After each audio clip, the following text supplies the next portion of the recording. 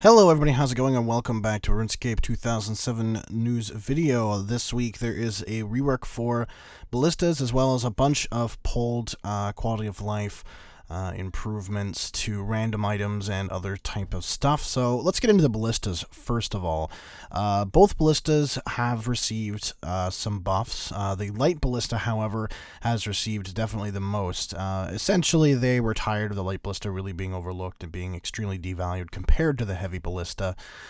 So they buffed the hell out of the Light one and buffed the Heavy Ballista a little bit to kind of match suit. So what they did to the Light Ballista now is the Light Ballista has a 110 range attack bonus with a range requirement of 65. So that is quite a boost than what it was before.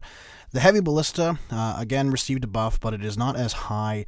It's not as much of a difference between the two as it once was. The Heavy Ballista now has a 125 range attack with a 15 range strength bonus to balance it all out. The Heavy Ballista also now requires 75 range and the completion of Monkey Madness to wield.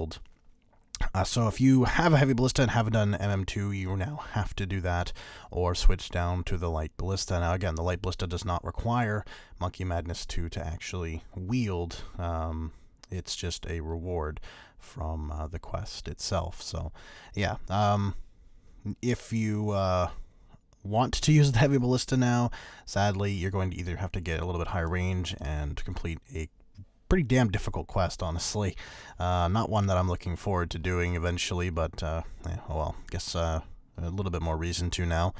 Otherwise, what's happened is a bunch of agility shortcuts and stuff have also been buffed out and changed around.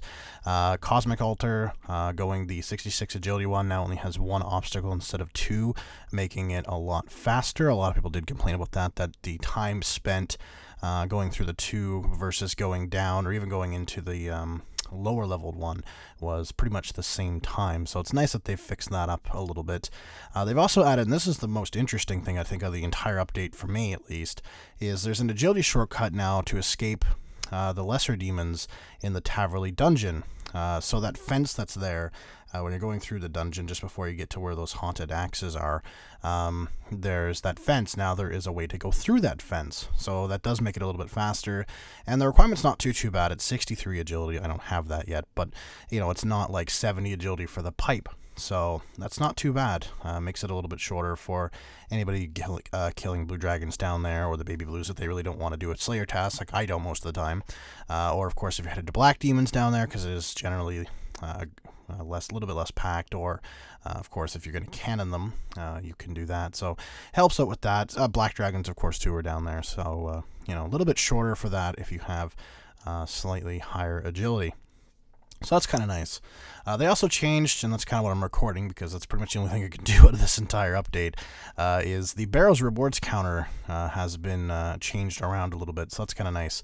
It's a little bit different on OS Buddy, because OS Buddy kind of tracks it already anyway, but essentially it shows now the rewards potential, so your percentage for that, so how many Barrels Brothers you've killed basically, and creatures you've killed. So you want to get to that 100% mark so you have your double chance to get some sort of Barrels item.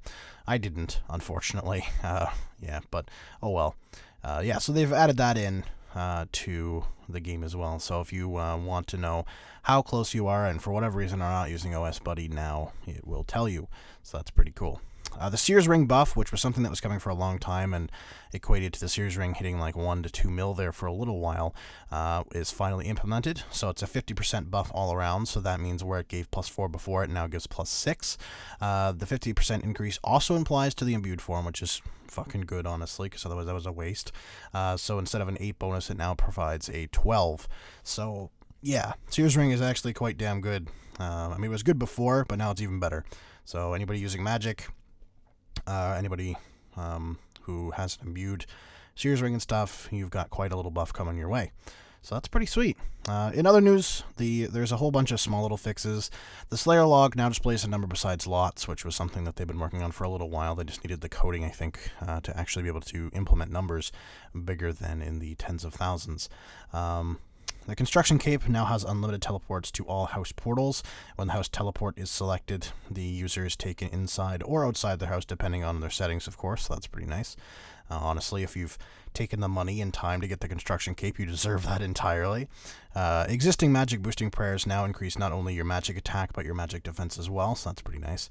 The flag rewards from Trouble Brewing are now one-handed. That's kind of cool. I've seen those flag rewards. They're interesting.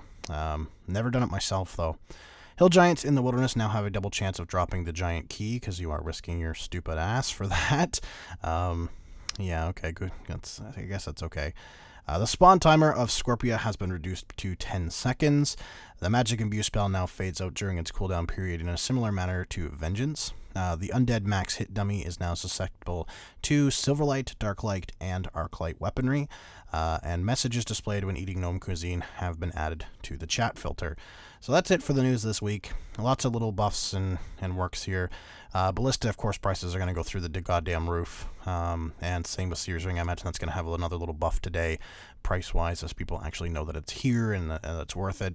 And barrels will probably drop a little bit, because barrels is probably going to be packed for the first week or so, now that they have this whole percentage thing going on. So you'll probably see some stuff drop while people are doing barrels for the next week or two, until they get bored of it again and stop going. So, you can revive content for a little while with small updates, but you can't do it forever. But that's it for me this week, guys. I will see you all next time. Peace.